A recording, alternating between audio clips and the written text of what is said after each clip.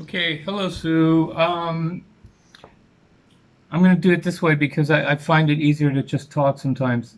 It's not easy to explain what I try to explain. It's basically I'm explaining something that I have called um, uh, organic humanism science, the science of organic humanism, which is basically understanding ourselves as a species within our own civilization, the civilization that we invent and we create, we design and we build throughout the centuries and generations, according to how we think,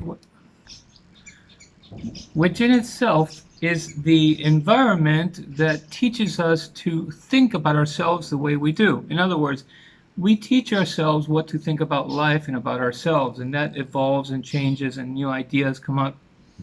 The paradigm or the difficulty man has with his great intelligence, because it is much greater than animals, is that we have come to a point where we no longer live in the direct, sort of primitive, spontaneous, in the moment mind, um, created by evolution and by all the immediate needs that our physiology will require, but we have developed our understanding to where we come up with complex ideas and we turn into morals and ideologies that later we tell ourselves this is how you ought to think about each other. So instead of thinking about somebody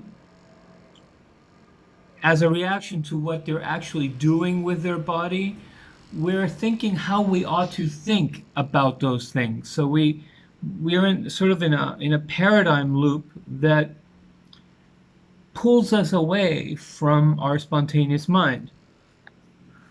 This distance, this separation, is, for example, can be expressed by the metaphor of a person um, seeing a burning building and somebody calling out from inside the building, knowing that there's somebody in danger inside that building. Well, the spontaneous or primitive mind may say to that person immediately, run into that building and get out whoever's in there. The processing logical mind, which we all live with, might say, wait, stop, you don't know how far into that building that person is, you might get trapped and be killed yourself. The distance between those two ideas basically encapsulate the whole realm that we have created civilization in.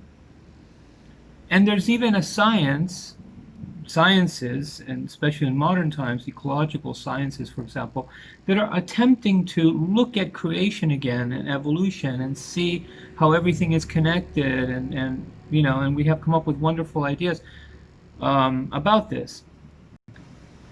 As far as sociology and civil values, ideas of politics and society and beliefs in our culture and what have you. Oh boy, wait, there's a big, like a chaotic, sometimes in line with a natural form, other times just way out there, and and every subject that we're talking about these days, in fact, the more we pull away from things that are simply how nature designed us, the more we will start provoking eventually ourselves to come back and want to argue it again because something doesn't quite sit right. And that is happening, for example, with sexuality. And we instruct ourselves to accept certain beliefs. And we believe that we're doing the right thing because we're basing these beliefs on sexuality on certain social, moral, ethical values about respecting individual rights, for example. And so then we attach an idea about sexuality or homosexuality, for example, to that value of individual rights, and we resolve the situation according to these values that we believe society should run by. And before you know it, we're saying, well, you can pick your own gender, and if you choose to operate and castrate yourself and make yourself into a dog. We should create that into a gender in society because that is what the person chose to do with their body. And so we're going out there and creating this world that is really the result of this precocious mind that is telling us what we ought to think about what is already, which is a great freedom that we have, but it is clumsy and naive and explorative and inventing as it goes, winging the world, and resulting in a species that, for example, kills its own offspring. It thinks that it must honor country and then country's political values, and then the weapon is the most effective way of blah, blah, blah, blah, blah, blah, blah, blah. And before you know it, we're dropping bombs and killing babies in foreign countries. And so that's the world. There's nobody that's going to help us get a grip on ourselves. Okay, so humanist organic science basically is a science that looks at the pure species according to how we were made, and the only real reference that we have for how we are at the core base designed and wired is looking at evolution and the needs that our species had throughout its evolutionary path. And if you only concentrate and focus on how the species survived before even coming up with writing and language, you will know that there are certain things that are just in place so that we could subsist among all the animals and later among all the difficulties of the world by this structure. And that structure has given us a lot of the orders that are already wired into our biological and neurological mind. Today we like to take that and say, well, it's not necessary, we can look at it this other way, and it doesn't have to be that way, and we're kind of like trying to reinvent ourselves. But there's always that reference. And so humanist biological science basically says, wait a second, look at this, because nobody can change that. Nothing, that will never be changed. And the further away we go from it, the more signals and bells will start going off saying we're out there. We're out there in the middle of the ocean. Why? Where are we? Something is not right, and we'll keep. And then somebody will remind us, for all this time, for all these centuries, we always were a society that this or that, and it worked, and why have we forgotten? And then somebody will say, that's right, why have we decided to go against that? Let's try it again. And so we keep going back and forth.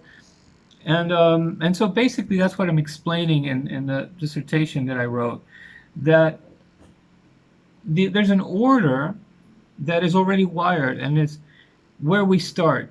The most important thing if you throw a person on the planet and they go running out into the jungle, the first thing, of course, they're going to want to do is feel safe from all the little critters and the cold and feel hunger, and they're going to want to satisfy that appetite, what have you.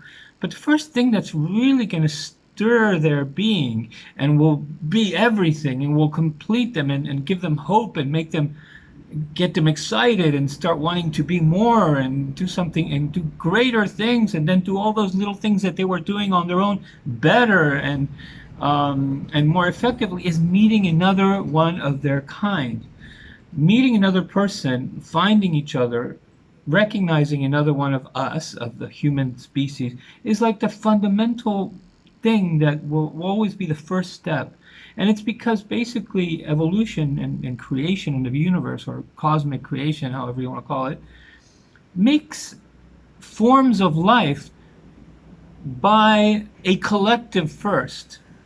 See, we organized our literature and our understanding and stories and explanations that have set down this idea that nature or evolution creates one prototype, and then we explain the collective. That's not evolution or how life appears in the cosmos. It is always moving pluralistically or in a multiple format. We're always many, and that means many is always the starting point. We're never first a man, then a woman, first we're human being.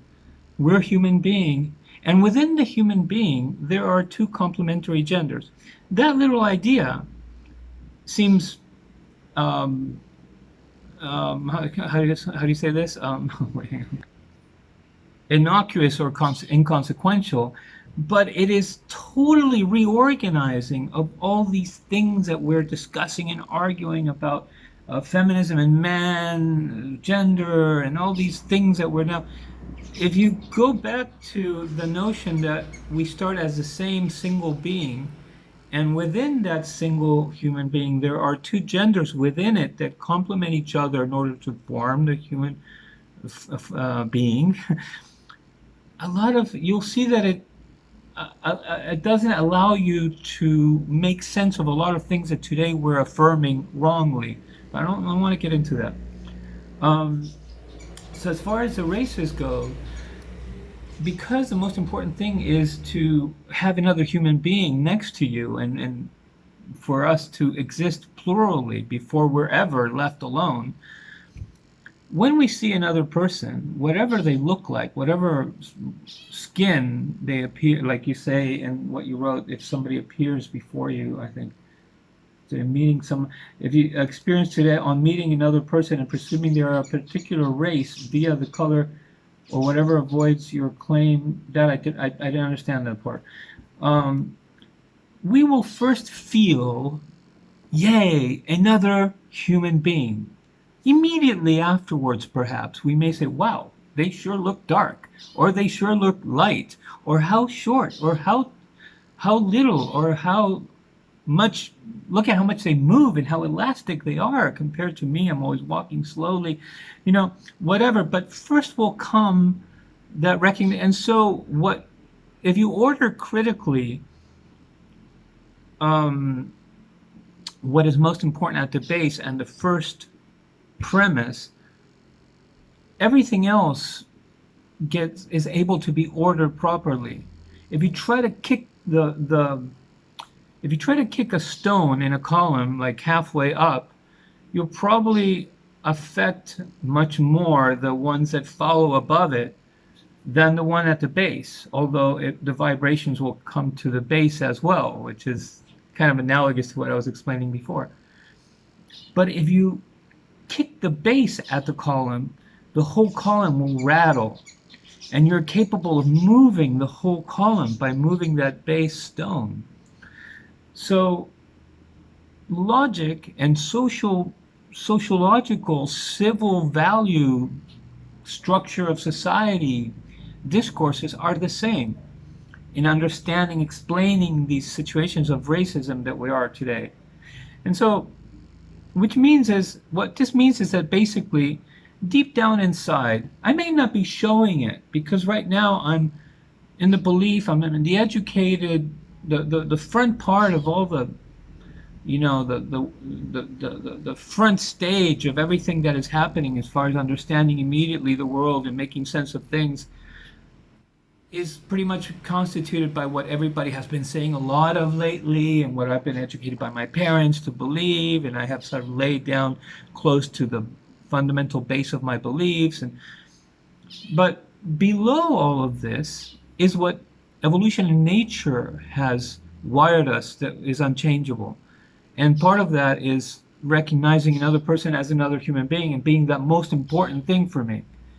So therefore, when I meet that other person and that other person says, oh, you're white,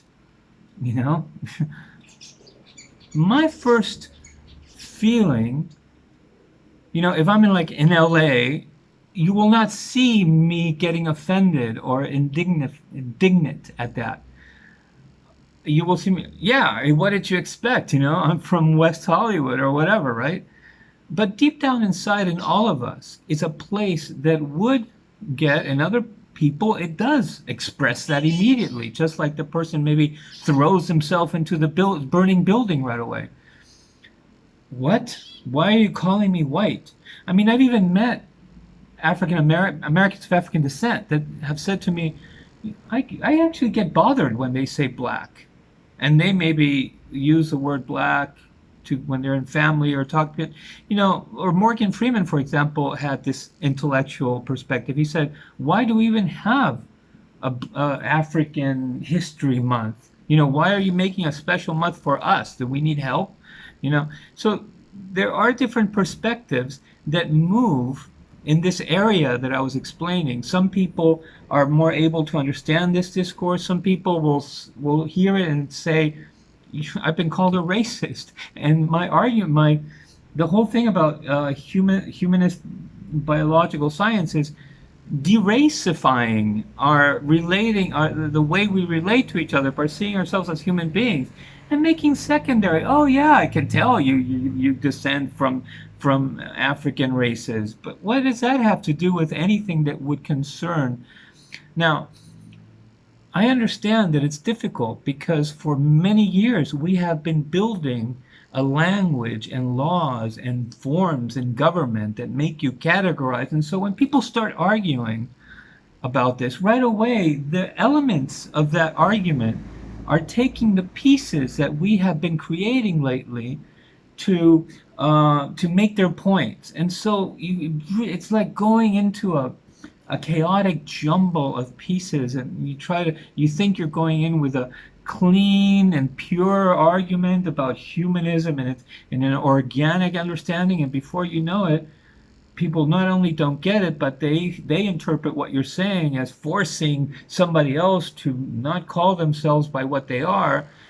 To me, a person is lessening themselves when they say, I am a black man, or I am white, and you're a human being first, or you're a man or a woman. You're a child, but that makes you big and it makes you planetary.